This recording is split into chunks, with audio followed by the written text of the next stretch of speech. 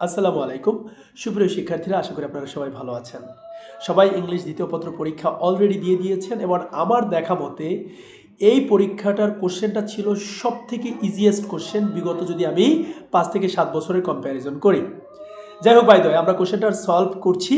আমি মূলত এই কোশ্চেনটি দুইটা পর্বে সলভ করব, কারণ আপনারা জানেন যে গ্রামার এখানে 60 মার্কস, তো 60 মার্কস একটা পর্বে সলভ করা আপনাদের জন্য বোরিং লাগবে। সো আমি দুটো পর্বে ছোট ছোট পর্বে আমি সবগুলো প্রবলেম সলভ করছি।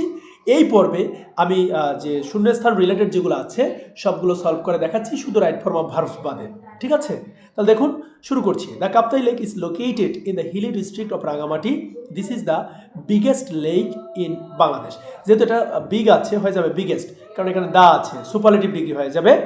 The natural beauty of this lake is well known to all. This huge lake stretches for miles, touching different parts of Rangamati district. There are rows of high mountains all around. Between the hills flows the lake's water in a zigzag way. Right, the bottoms of the hills are submerged in water.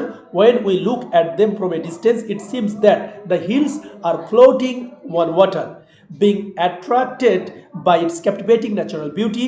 Every year a great number of nature lovers visit it. এটা অবশ্যই কিন্তু S হবে না, visit it যেহেতু lovers আছে। There is an arrangement for boat journey as well.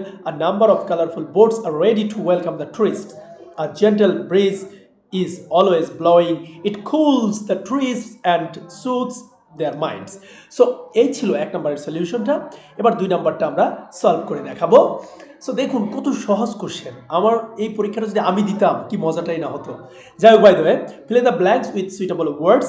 এটা আপনি without clues আপনি আপনার মতো করে অ্যান্সার করতে পারবেন। যেমন দেখেন, student teachers relationship is regarded as the relationship like parents and children. A teacher is next to parents. Parents grows up children. On the other hand, a teacher guides the student to materialize their time. A teacher spreads the knowledge of education to remove the darkness of ignorance. As a man or person or citizen, a student can see the path of prosperity. Thus, a teacher helps build up a civilized nation.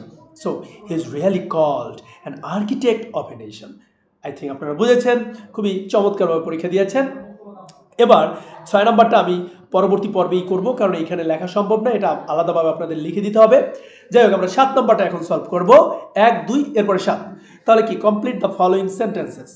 এখানে আপনার কি কি tense maintain করতে হবে এটা আমি বলছি।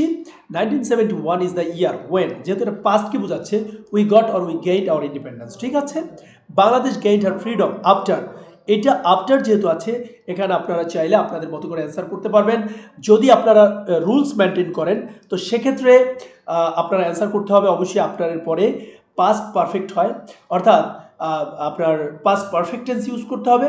আর যদি চান যে না আফটারকে আপনি ধরবেন অ্যাজ এ প্রিপোজিশন হিসাবে, কারণ আমরা আফটারকে কিন্তু প্রিপোজিশন হিসাবে ভাবতে পারি, তাহলে সেক্ষেত্রে আমরা বলতে পারি যে after a long 9 months work. তো সেক্ষেত্রে প্রিপোজিশন হিসাবে ভাবলে একটা ফ্রেজ বসাই দিলেই হয়ে গেল।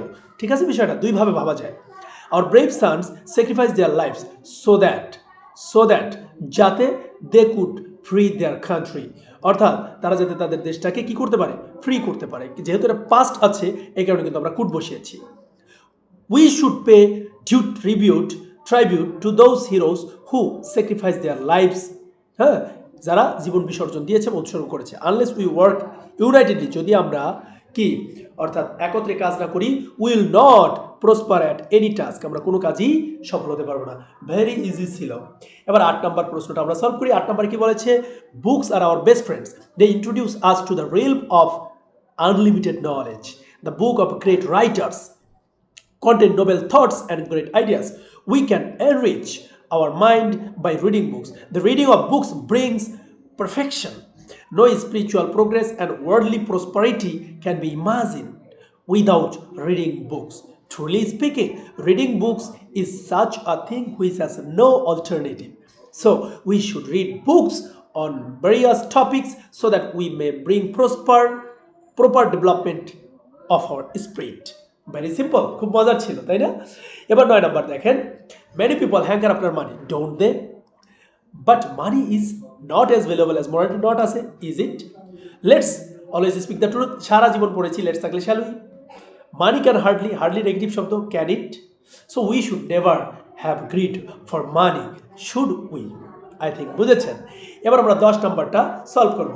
আমি ভেবেছিলাম যে সব স্টুডেন্টরা মানে কানেক্টরস নিয়ে অনেক চিন্তায় থাকে, কিন্তু এবছর এত ইজি কানেক্টরস এসেছে, wow. It is known to all that gold is available metal. There are many metal cheaper than gold, though they look like it.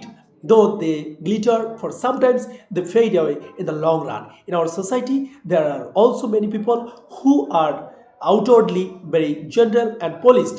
Later on, their real identity is revealed, though are অথবা since they do not exercise moral values. কারণ since হওয়াটা এটা perfect হয়, দো আপনি দিতে পারেন চাইলে। That's why people say all that glitters is not gold. তারপরে আমরা হচ্ছে এবার ক্যাপিটালাইজেশন এবং পাঞ্চুয়েশনের এই ব্যবহারটা একটু দেখব। What kind of stories did এসব টেল, এখানে কিন্তু ডাব্লিউটা ক্যাপিটাল লেটার হবে এবং ইনভার্টেড কমা আপনারা দিবেন। এসব টেল এটা inverted comma question mark, said Abdullah এখানে ফুল স্টপ হবে। ফেবলস এটা ইনভার্টেড কমার মধ্যে থাকবে। রিপ্লাইড মিস্টার রহমান, এখানে এম অবশ্যই ক্যাপিটাল লেটার হবে, রহমানে আর ক্যাপিটাল লেটার হবে, full stop. Do you want, এখানে inverted comma want. Do you know what fables are question mark inverted comma, নোকে ইনভার্টেড কমা দিয়ে replied Abdullah, A capital letter হবে, full stop. Well, okay well continued, mister M capital letter, Rahman R capital letter, full stop. Inverted comma fables are stories with a messages or a moral, inverted comma. হয়ে গেল। এই ছিল আমাদের কি, আমাদের আজকের, sorry bye the way এখানে যদি আসে অবশ্যই এটাও ক্যাপিটাল লেটার দিতে হবে। এই ছিল আমাদের পাঞ্চুয়েশন বা ক্যাপিটালাইজেশন, এটাও খুব ইজি ছিল। যাই হোক আমরা আজকে কি করলাম, আর পাশাপাশি আমি যে সাজেশন দিয়েছি রাইটিং পার্টে, দেখুন তো সাজেশন থেকে সব কমন পড়েছি কিনা। আমি সিভি দিয়েছিলাম, অবশ্যই সিভি খুব ইজি সিভি এসেছে।